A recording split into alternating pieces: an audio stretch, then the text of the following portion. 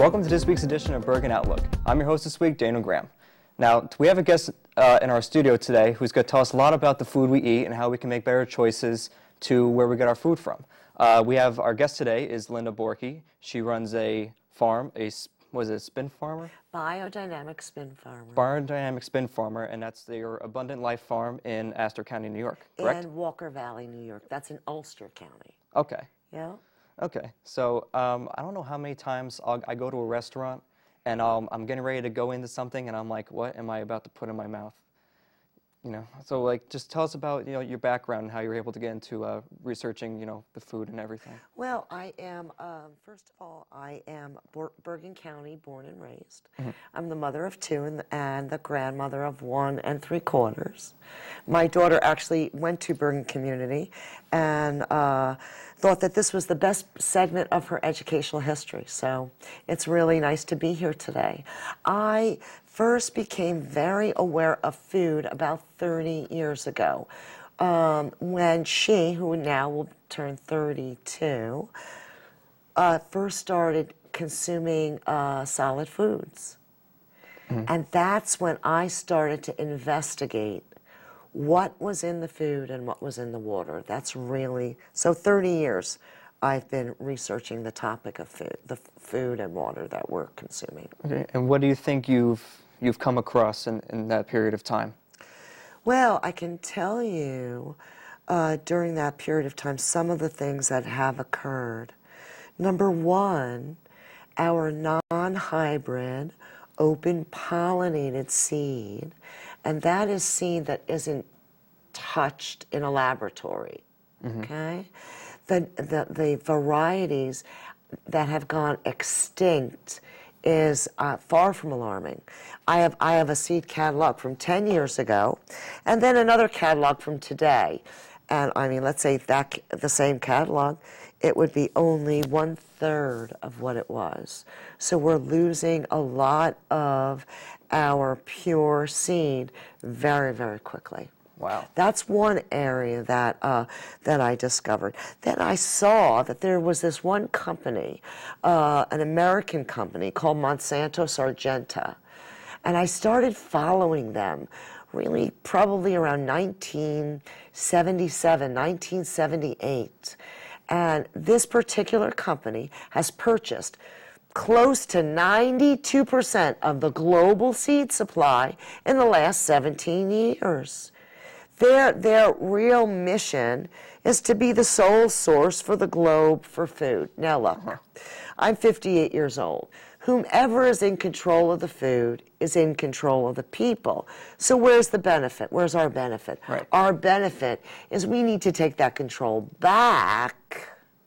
And the way we can take that control back is by using the 46.5 million acres of lawn in North America. 40% of our drinking water on the East Coast and 60% of our drinking water on the West Coast goes to tend to that lawn. The rest of the planet, they're carrying water on their heads. Mm-hmm. If we converted just even a portion of that lawn right here on the campus, zucchinis, strawberries, I never pulled up to a farm or a garden. Let's say I walked into a vegetable garden. I never said, oh my God, this is such a disgusting place. Uh-huh. I never looked at a vegetable farm and said, oh, how disgraceful, vegetables growing. So I don't know why we've chosen something that is supporting a chemical industry, mm-hmm. ChemLawn. Just go, if you Google, don't use ChemLawn.org, you'll come up with a 130-page report showing you how we are infesting the groundwater table. And then we drink this water. It's vicious cycles. We need to stop those cycles. Mm-hmm. So you're saying that, we could, there is, on our front lawns or in our backyards, right. we could grow these foods and consume them ourselves? Well, we've already done this in this country. Yeah. During World War II, they were called victory gardens. Right. And, it was your front yard and your neighbor's backyard, small plots under a half an acre, and it fed 46% of everything we consumed came from those plots. So if we already did it, sure, we could do it again, but we have to take action and do it. We can't just talk about doing it. We actually have to dig up the lawn and plant the seeds, you know? Because today, from those small plots, only 2% of the food in this country is grown. So we got to up the ante quite a bit there. Right? I agree. There you go. I wholeheartedly agree.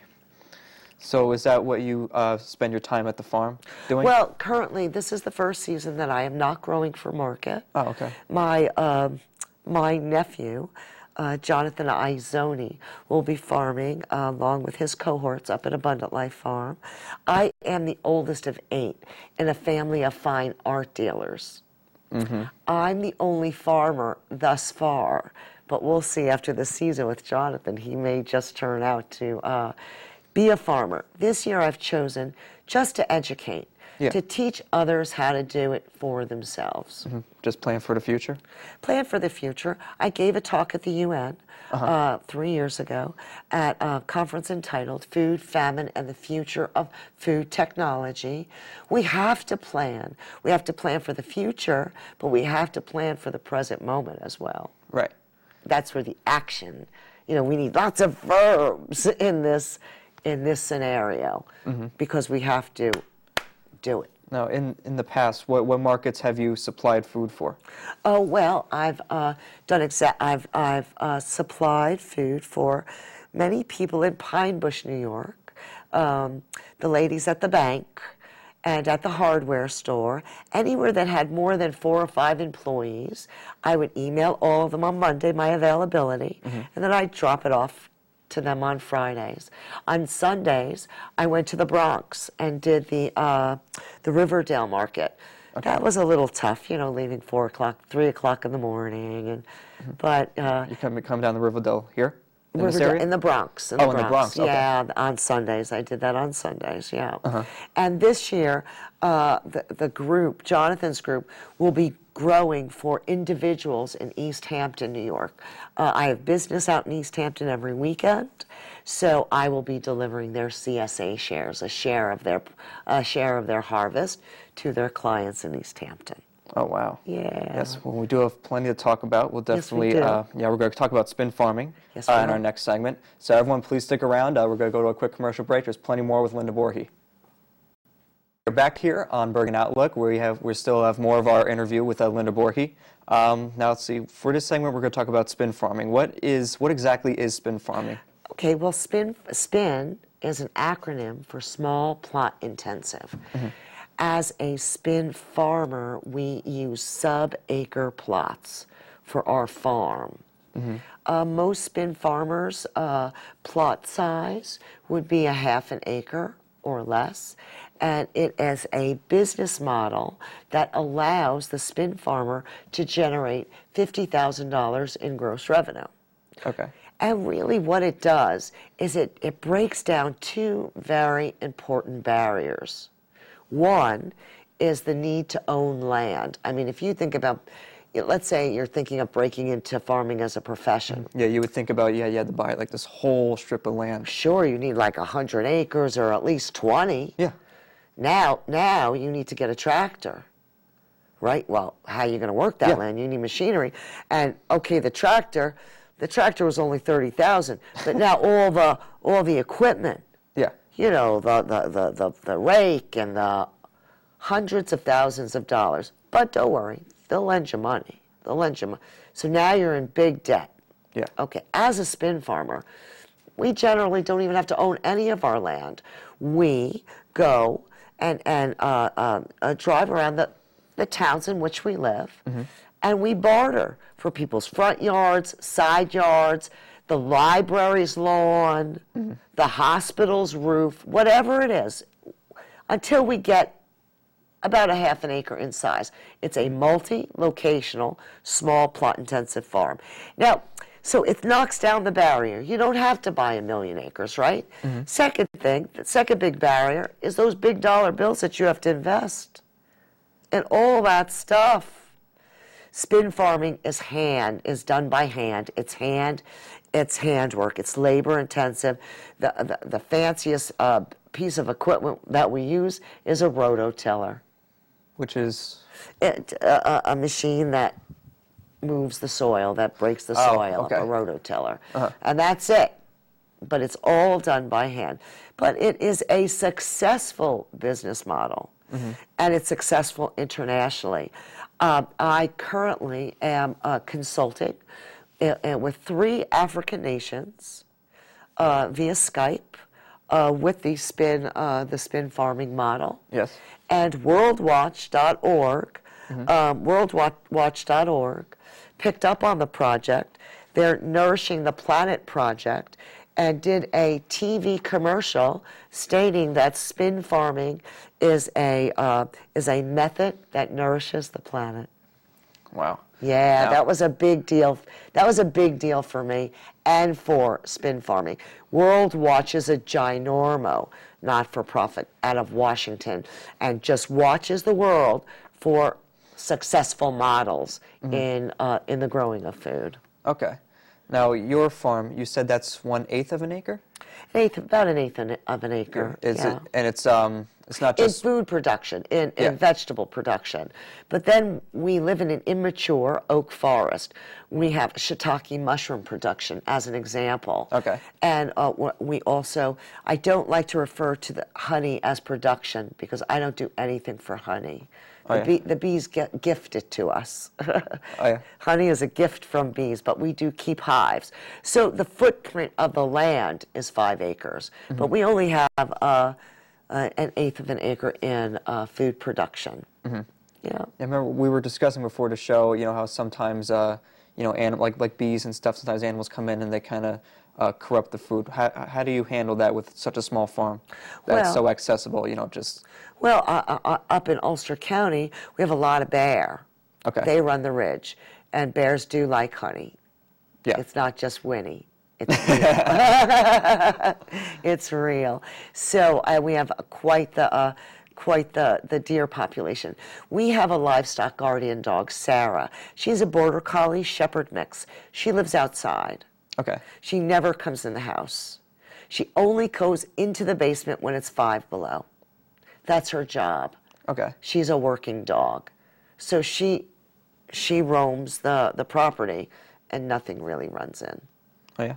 Because of that fear, of that scent of a dog. The bear won't come, the deer won't come. So are you saying that spin farming is kind of a low-risk, high-reward sort of thing compared to buying a big farm? Well, it's definitely low risk and high reward. The model is multi-locational. So let's say you're here. Let's say you're here in Dumont, as an example. That's where my daughter lives. Okay. Within a 3-block area, I could come up with a 1/2 acre spin farm. Right? Now you're growing the food where the people are living. Right. Lots of people. So you're not going to have a real problem with selling the food. I mean, it's a plan. Yeah. It's a plan. But every house that you would have as a part of your spin farm would have water, drinking water, right? In the spigot. On a farm, you don't have that. Right. You have to either get it from a river, wait for it to rain. So every one of your locations is going to have drinking water. So you don't have to worry about what you're spraying on your crops. In fact, my son's friend is the first spin farmer in Tenafly, New Jersey. Ryan Michael from Flat Rock Education Center in Englewood. He began his spin farm on a property in Tenafly, New Jersey in the backyard. And this season, him and the homeowner want to come up and learn more about spin farming. They want to continue on other people's properties. Yeah, I think it's good when you bring it to a popular town. Because, your neighbors are right nearby. They're like, hey, what are you doing? And then all of a sudden you can just grow from there. Right. And it's necessary. It's necessary not only for the simple matter of eating the food, but it's a connection. It's a connection to a life force that is necessary for us to exist at all. Right.